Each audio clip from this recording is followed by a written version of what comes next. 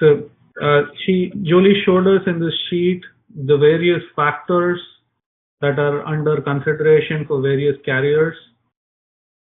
And for each of these factors or criteria, underwriting criteria, based on that, the underwriting actually comes back and gives a table rating where you see either preferred or select preferred or super preferred. And this table rating is important for the premium that is going to be offered to that particular prospect or customer.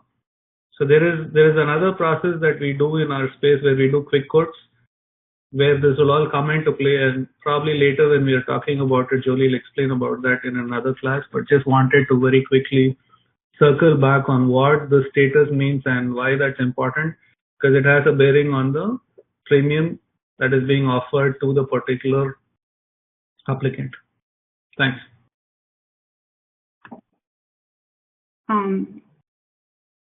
Manoj? Yeah. I didn't realize you guys do quick quotes and formals. Yeah, we do. We have that as a service as well. And you shop around for based on a very short description. We shop around on behalf of the BGA, correspond to the carrier, get the table ratings, format it into an Excel, and provide it to the agent for him for a quick comparison and next steps. Yeah. Got it. Okay, so actually I can elaborate on that because this kind of helps with the selling process.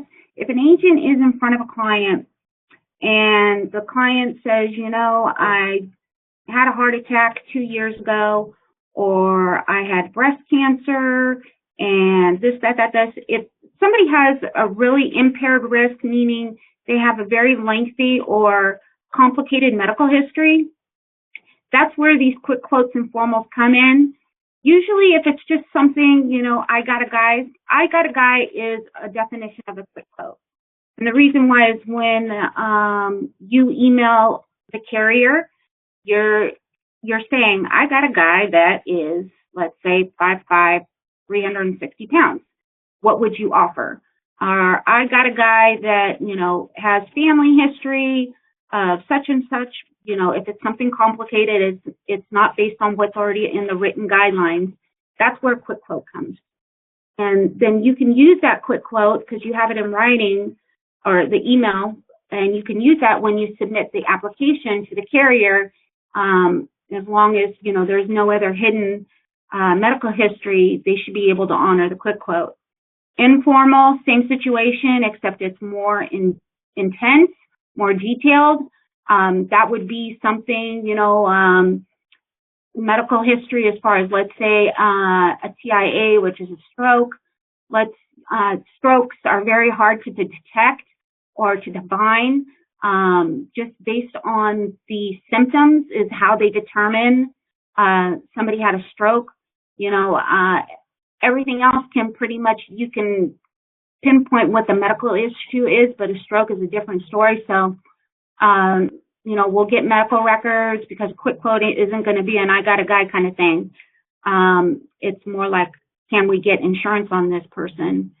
So you'll see where you're going to be ordering medical records, and you have your GA's HIPAA form that needs to be signed, and we'll submit those to the carrier or the list of carriers that we feel that we're either told to send them to, and they will review the records and they will advise what they'll offer based on, you know, the medical evidence sent in. And again, a copy of the email offer should be included with the formal application, because that is your evidence or your leverage that you've already had it reviewed and that you've gotten an offer, and you want it, you know, you want to stick to that offer the best you can because that's how the agent sold it. I think that's it. We're at 4:03, so I could sing to you guys for 2 minutes if you want. No, that's okay. So let's just summarize, you know, what we went through today. So we went through concepts of why insurance is required and how they go and budget for the insurance. We also saw a video where it talked about two kinds of insurance products. One is a term insurance, the other was permanent insurance. And then we went on to seeing certain underwriting criteria where you had health criteria or medical criteria as well as financial criteria. And one of the concepts that Jolie explained was that you do not want to have a situation where somebody is insuring for an insane value way beyond the value of life, because that's probably, there's something amiss out there, and the underwriter is going to look out for that. So they're going to look for something where the person can afford the insurance, it's commensurate to the income and the financial needs for that family. And then you have the life side factors where different carriers have different ratings for different conditions.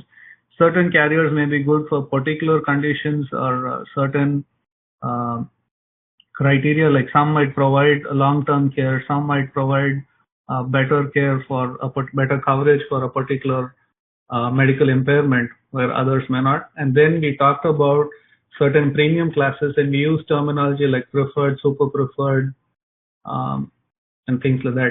Now, just because you got a preferred rating on one carrier versus a standard on someone doesn't mean that you'll get the best premium there. Sometimes these carriers can, word it in such a way that it sounds like a good deal, but you actually have to look at what the premium is. So when they're selling, when they're positioning the policy, they'll be doing it. We also talked about two processes here. One, an informal where we do like a quick quote process, and a formal process.